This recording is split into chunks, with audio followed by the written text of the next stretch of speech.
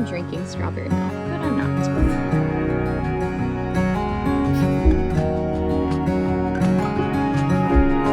Hey fam, what is up? Welcome back. We are on week 7 of our garden tours. It's actually been, I think I've skipped a week, to be honest. It's been kind of crazy. We took a trip to Hawaii last minute thanks to my husband's job. But that also meant that I took a week off of anything having to do with the garden, which also put me a week behind everything here being the homemaker. So I finally feel like I'm caught up and I want to go ahead and show you my lush garden. Where'd you go? You disappeared in the jungle. Why? Some might think it's beautiful, and others, like myself, really kind of frown upon the fact that there's a bunch of cabbage moths flying around my garden. They do look like really beautiful white butterflies, and they are good pollinators, but they also really love to lay their eggs on my cabbage and on my kohlrabi and on my Swiss chard and my beets, which hasn't been too terrible of a situation. They did definitely decimate my cabbage. So did the heat, to be fair. Are you laying your eggs? So I am gardening here in Zone 5 in eastern Iowa. It is 85 degrees today. It feels like 88, and I think the humidity was at 70%, which isn't terrible. It's actually supposed to storm really terribly tonight, which is another reason why I'm getting this garden tour in now and not after, when there's possibilities of things not looking the way they do now.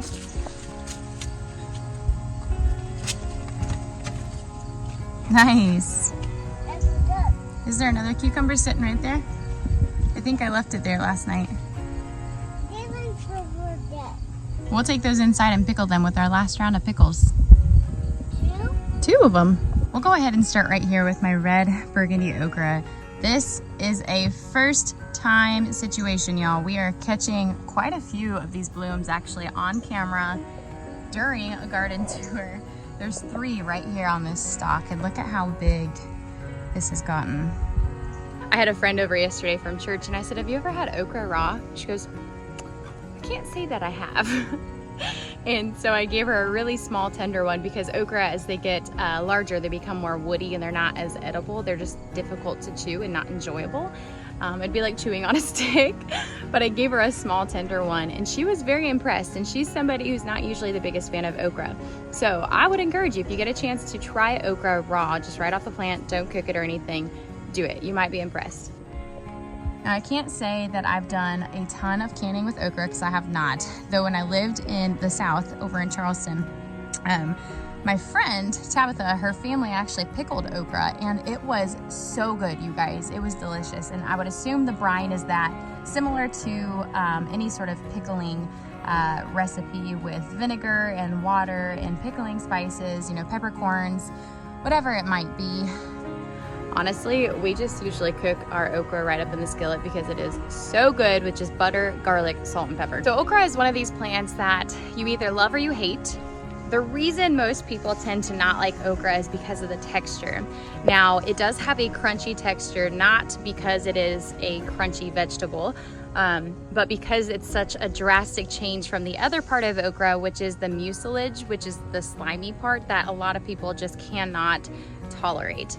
Now, the mucilage is actually a soluble fiber that when in contact with water becomes that of the same texture of almost like an aloe plant. If you cut a piece of aloe off and you see that slime that kind of comes out of it, that's very similar to what you can find in okra.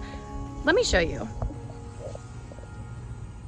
I have to be very careful because there's always wasps on these plants. All right. So here we've got a small tender one. You can see the length of it. This is about the size I like for picking them.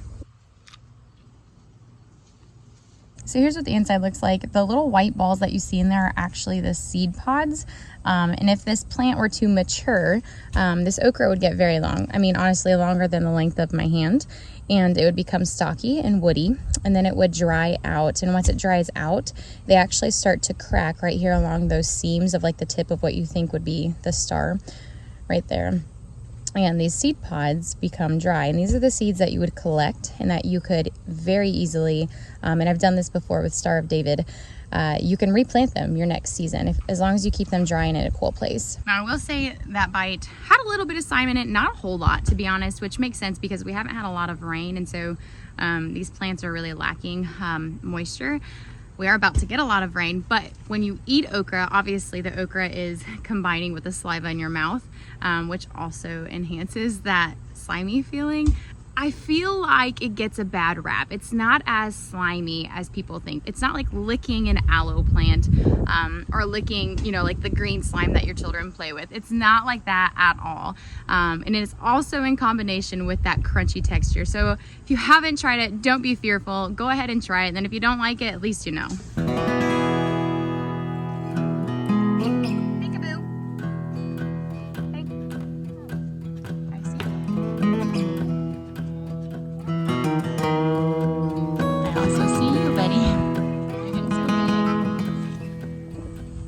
So right here in this bed, so we've got the rainbow Swiss chard that has just been showing off and looking as glorious as ever. This did struggle actually for a little bit, but it's taken off now. I've also got an issue with cabbage worms in this bed.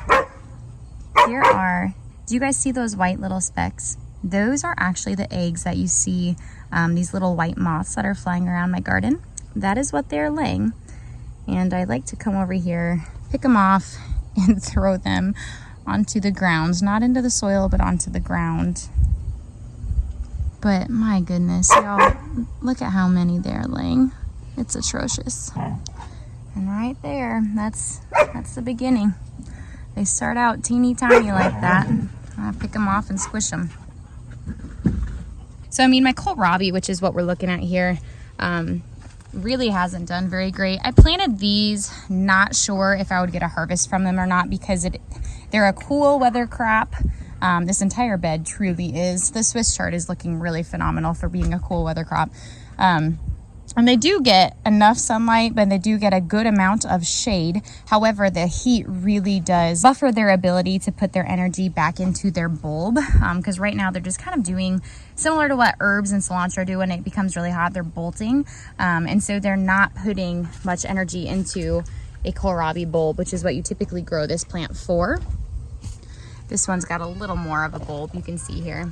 So, and my radishes actually are doing pretty great as well. It's another thing I didn't think was going to take off. But looky there, I've got some guys that are actually ready to harvest. But it was an Easter egg blend, various colors. So a few of those that are ready to harvest, I'm probably going to clean out this bed soon. I've got some beets as well. I gave my friend quite a few beets yesterday to help thin them out. But they're doing all right too.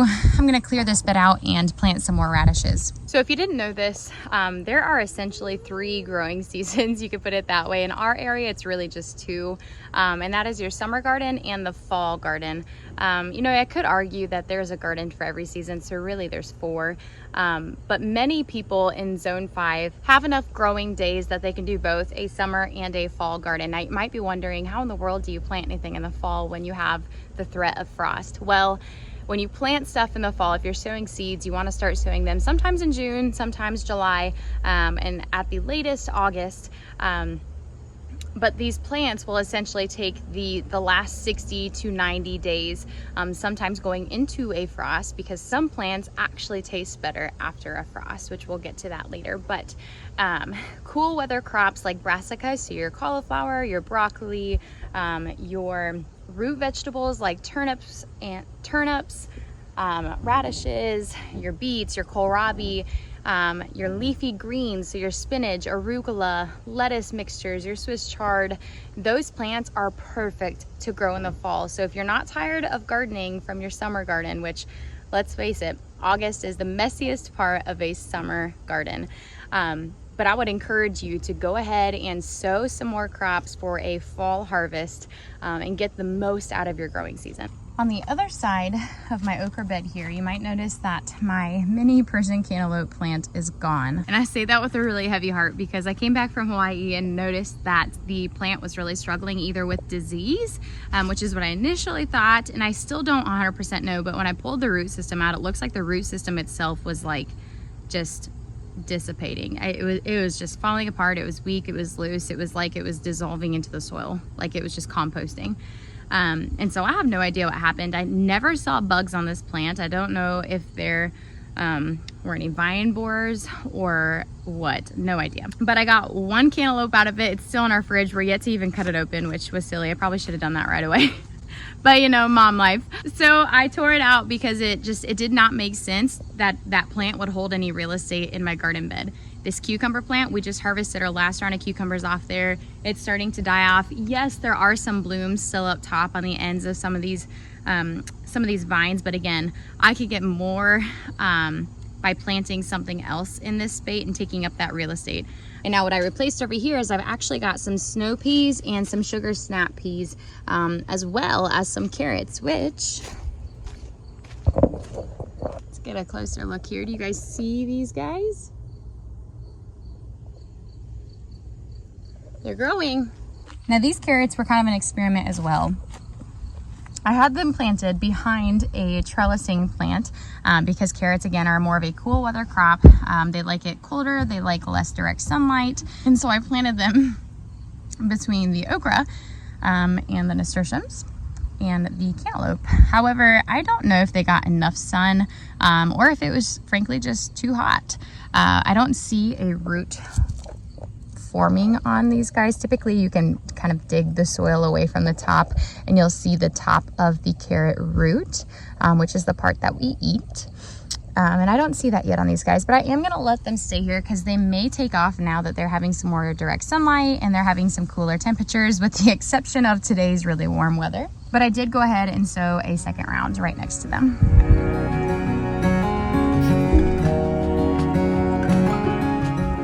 Tomatoes are looking wonderful, you guys. So I want to show you guys this as well. These black strawberry cherry tomatoes from Baker Creek, we have been keeping an eye on for the last couple garden tours, haven't we? Well, this is what they should look like. You see kind of the pink and the red kind of intermixed with the green and the purple. That is a good indicator that these are ready to harvest. The other thing that I have been testing, because I've never grown this variety before, is the pinch test, is what I'm calling it. So if you pinch your tomatoes and they're still hard, they are not ripe. But if you pinch them and there's a little give, see that? You can feel that they're squishy on the inside. That means they're ready to harvest. These Jersey Devil tomatoes are also looking spectacular. None of them have started to blush.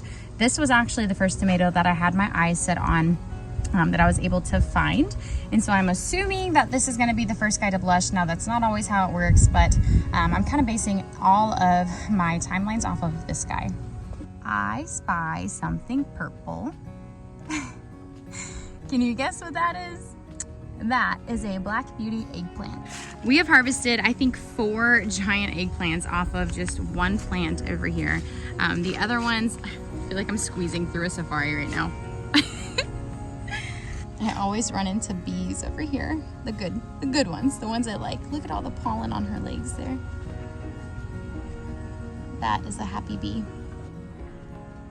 Moments like that where I'm just over the moon excited to own my own bees some days. Now, that isn't a honeybee, that was a bumblebee. Hello again, little lady. The one garden bed that has truly taken off to an extreme is this one. I am not even sure what foliage is what when I have my head literally in the depths in there trying to find the ground cherries that have fallen to the soil. It is massive, it is lovely, it is beautiful, and it is doing its thing. And y'all, I know I told you on the last garden tour, but look at these tomatoes. They are blushing. I've already harvested a few of these guys. I'm actually gonna pick these ones because it's gonna rain tonight. With tomatoes, a lot of people are really great at watering their garden once and sometimes twice a day. I think that's a little bit excessive and a waste of money, if I'm being honest. Tomatoes specifically, if you see curling in the plant without any signs of disease, that's actually a good sign of stress. And tomatoes do thrive with a little stress. They do hold back their sugars, which in the heat of the day, like today, it's almost noon. I know, it's silly, I'm recording this. These sugars are gonna be more intensified. It's gonna have a more robust flavor in the tomato. But in regards to picking your tomatoes before it rains, if your tomatoes have not been watered regularly on large amounts for a week, if not more, and then all of a sudden you get a big rainstorm, you might go out the next day and notice that, oh, all of my tomatoes are cracking and now it's full of little black beetles and bugs, and oh crap, I wasted my tomatoes, right? You might have ran into that experiment or that experience before, like I have. And what I've learned is that when it rains excessively, or if you water your garden excessively after it hasn't been watered a really long time, your plants are gonna soak up that moisture. Your tomatoes are gonna start to crack. The skin is gonna start to crack because there is just so much moisture collecting on the inside. So take my advice. If it's gonna rain like it is here tonight, go ahead and pick any of the tomatoes that are blushing, because there's a chemical that's already started the process of turning this tomato from green to red or to purple, whatever it might be for you. And once it starts to blush, once that chemical is taken off, it is going to continue to ripen. If you just set it in your window, set it on your counter, it will do its thing. Now these early girl tomatoes, I should be getting a cage put up for them, but you know, honestly, again, it's the August garden. It's just gonna do what it wants. And it's growing onto cardboard, which isn't a terrible thing. If it were growing directly onto the soil, it would be putting roots down, which kind of opens the door for disease and pests. But these early girls are doing okay. This one is doing great. All of the foliage you see right here is from this guy right here, which is just tumbled out of the pot. That guy over there, not so much. This garden is lush, it's full, it is vibrant, it's full of life. There's lots of little aphids and ants and cabbage moths and cabbage worms. There's all sorts of things, and honestly, I'm just choosing to not be upset about it. There's stuff I could do. I could spray neem oil, I could use diatomaceous earth.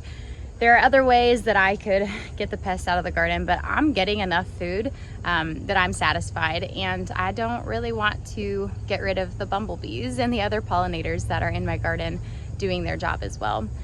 But I'm sweating.